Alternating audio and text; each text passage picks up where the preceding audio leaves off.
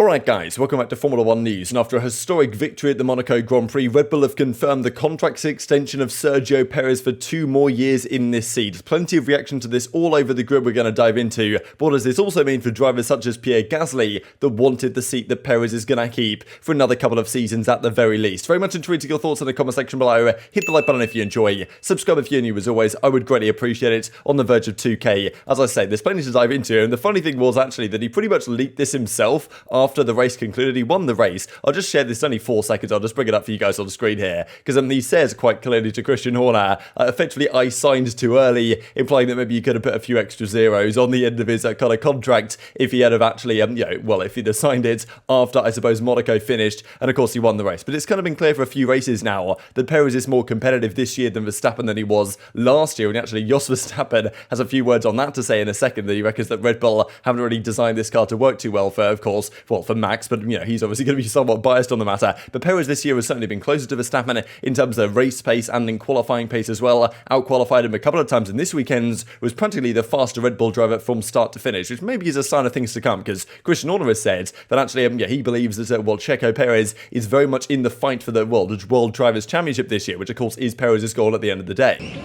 I probably signed too early. And when they interviewed Perez after the race, because they'd obviously heard him say this to Horner, they were like, they effectively said, it seems like you've signed a new contract, and he didn't really deny it, right? He kind of thought, okay, I've kind of been caught out here, whatever, it's going to be announced in the coming days anyway. Indeed, of course it is. Yeah, well, it's kind of confirmed just this morning, Sergio Perez re-signed with Red Bull to 2024. This seemed to be coming. There has been plenty of talk as to who the second driver, theoretically, second driver for this team should be. Red Bull aren't going to say that Max Verstappen is the number 1 driver, albeit he does have the number 1 on his car, but, of course, it's been really the case that Perez, especially towards the end of last year, he was definitely helping Max on occasions, especially towards the end of the season. There was a few situations where Perez pretty much was just there to help Max win the title, which, his teammates, that is kind of what he's there for. He knows that's kind of his role, but, he's also not willing to just sit back and relax and be the number 2 driver. He wants to push for victories, like he did this weekend, the 3rd victory, becoming the most successful Mexican racing driver of all time, which is just phenomenal for him, of course, and his country. I think even the Mexican government put out a tweet or something or other celebrating his victory, and they use a picture of Max Verstappen in the kind of Red Bull outfit, so I thought that was kind of funny, really. But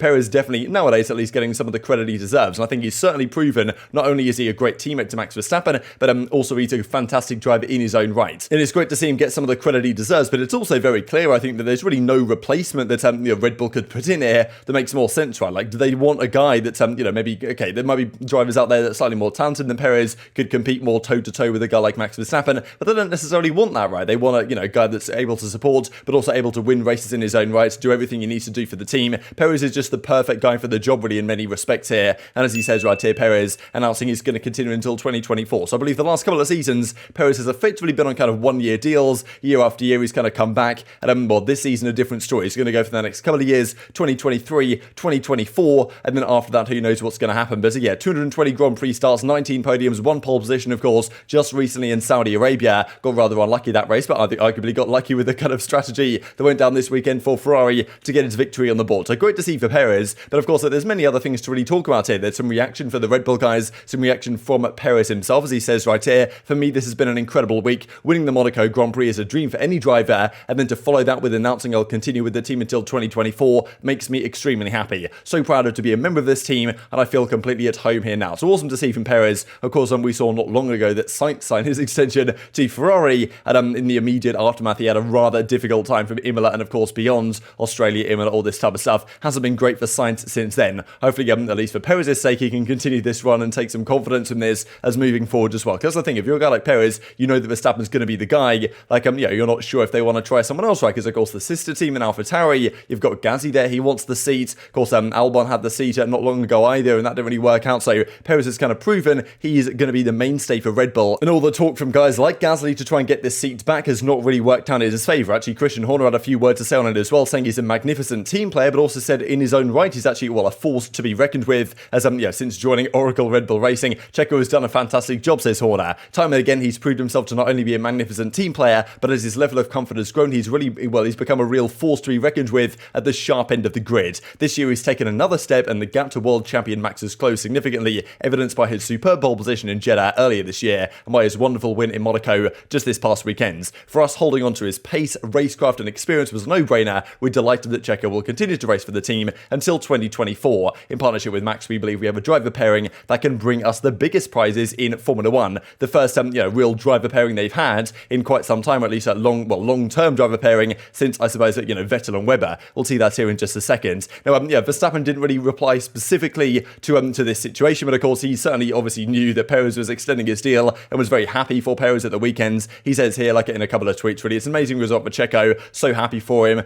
Phenomenal drive, he said in a couple of tweets as well. So he obviously knew this was coming, knows he's got a great teammate here. There's been many occasions last year and this year as well where Perez has, done a service to Verstappen, and maybe that'll get, the favour might get returned at some point or another, because these guys are actually very close indeed in terms of the championship right now. They're only about 15 points between both drivers, which is certainly all to play for, right? Especially because without those, quote-unquote team orders in of course, Spain, then let's say Perez won that race, there'd be like 2 points between the two drivers, and in terms of race results, they'd be, 3-3. And that's kind of the point that Horner was getting across a couple of days ago, right? They're effectively saying, look, Perez is in this championship as much as Max is, right? Last year was a rather different story. Of course, Verstappen was leading the way and Perez was just the support guy, but it was still Mercedes that won the Constructors last season. This time it's very much a different story, right? And we'll look at it in a few minutes' time, actually, here, that Verstappen and Perez both putting up incredible points tallies. Like, Perez is only just behind Charles Leclerc right now after the difficult few weeks that he has had, and in terms of race head-to-head, it's actually 4-2 Verstappen, and then, let's say we have a world in which Perez manages to, stay ahead of Verstappen in the Spanish Grand Prix, which might well have happened, given, of course, the spin-out that Verstappen had early on, if those team orders didn't happen the way that Red Bull chose them to happen, right? If Perez was allowed through with the DRS activation to get past Russell early on, that he wouldn't have lost as much time as he did, therefore he might have won that race, right? It's certainly plausible on the weekends, and the entire time in Monaco, he was the stronger driver of the two. So certainly it creates an exciting storyline as time progresses, and if we look at this, actually, average finishing position in 2022 per driver, of course, like Verstappen and Perez both didn't finish in Bahrain, Verstappen also didn't finish, of course, the Australian race, but when he does finish, he has an average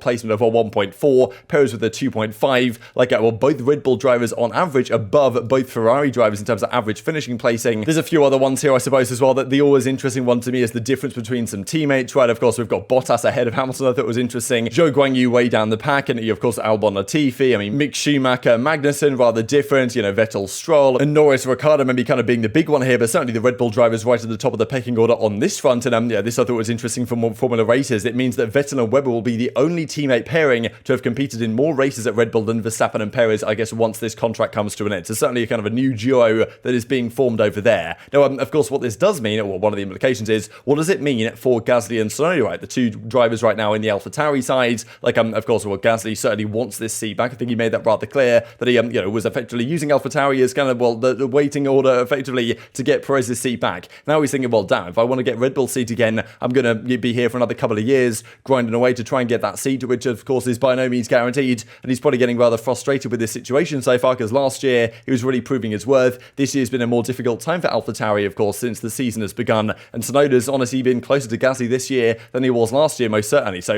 not really sure what this means, right? Like, where's Gasly going to go? Is another seat going to open up? Who else is going to step into this situation? Just because I'm sure Gasly doesn't necessarily want to stick around in AlphaTauri if it's rather clear that Red Bull don't see him as the future direction. So intriguing your perspective on that one for sure. Just got to mention this as well, speaking of Red Bull, right? Because, look, Jos Verstappen, he's at it again. Honestly, even if you're a Max fan, I don't know that many people that actually like Jos Verstappen and the stuff that he always says. I'm sure Max is getting frustrated as well about the stuff that this guy comes out with. But anyway, he was frustrated this weekend about the way Red Bull handled the race in terms of costing Max Verstappen apparently 10 points. Not really sure where he's got this from, just because, as I said earlier, it was kind of clear from start to finish in all the practice sessions, in qualifying and in the race, that Perez was, faster than Verstappen, finish ahead of him in every single situation. Now, as Jos Verstappen goes on to say, Red Bull achieved a good result, but at the same time exerted little influence to help Max to the front. That he finished third, he owes to a Ferrari's mistake and to that second stop of Charles Leclerc. The championship leader, Max, was not helped in that sense by the chosen strategy. It turns completely to Checo's favour, which, you might well expect when he is the race leader and the faster driver over the weekend. So I think, if anything, Red Bull have to kind of show, to a degree, to Perez, given the fact that he has signed a new contract, that look, we do actually respect and appreciate you in a way, because, he was frustrated, obviously, after Spain. He was like, look, I appreciate the situation, but that's pretty unfair. We'll talk about it after the race, that, maybe they want to say, look, Perez, we're kind of, even for the fight, right? If you end up being the faster driver over the course of the season, you can still be the world drivers, I suppose, world title winner. And he goes on to say the following as well: I would have liked them to go for Max, but of course I'm not entirely objective, so at least he admits that one. I think 10 points for Max were thrown away here. It starts with the car, which simply doesn't have the characteristics for his driving style yet. This was kind of a point that was actually made earlier on in the season, that Verstappen was kind of struggling with the car more than he did last year. People were saying that last year's car suited Max's style more than this year's car does, and his kind of aggressive style doesn't really work so well in these kind of, well, the Formula 1 cars from 2022 and beyond. That wasn't really indicated, of course, in the results recently, but maybe this weekend we've kind of seen that Perez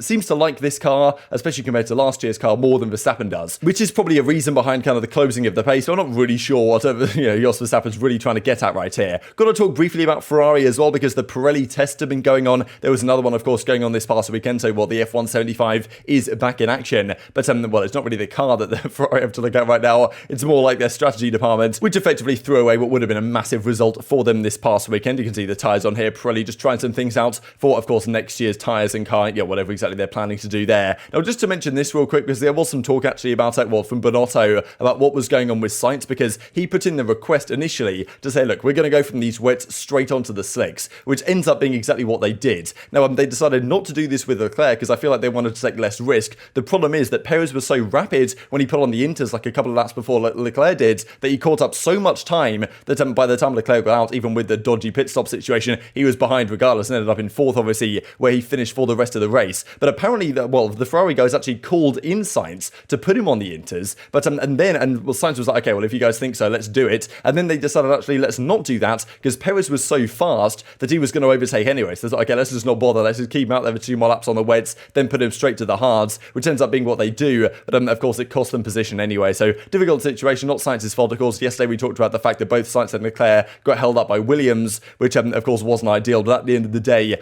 they only really have themselves to blame here, Ferrari, I think, despite some unfortunate factors not going their way over the course of the weekend. I did promise I'd mention this for you guys earlier. This is the percentage of points scored per team who have gone to particular drivers. So of course, Perez and Verstappen are the closest on the entire grid, and they're leading the championship. And actually, it's the top 3 teams that have the closest, which I guess makes sense, right? Because a higher number of points means a higher likelihood the drivers are going to be closer. But you can see Bottas right here, he scored 40 points. Guanyu's only scored 1. Norris versus Riccardo. I'm pretty sure this is the lowest points that maybe any McLaren driver has scored in quite some time in the first 7 races or so. I'm not exactly sure what the numbers are there, but Magnussen to of course Schumacher right now has been a difficult time for the Haas drivers as of late, despite such a promising start to the season from Bahrain and a couple of races after that as well. And then Albon, of course, versus Latifi, as you might well expect. But good to see that every single team has a point at least. But also interesting in a way to see Tsunoda outscoring Gasly, especially given the big talk that Gasly could have been hotly tipped for the Red Bull seat, which certainly is not going to be the case anymore. And just speaking, of course, of Red Bull, in the last 4 times the Red Bull have won in Monaco, it's been 4 different drivers with 4 different branded engines. But very much enjoyed your thoughts and all this stuff in the comment section below. Hit the like button if you enjoyed it. Subscribe if you're new as always. Take care of yourselves,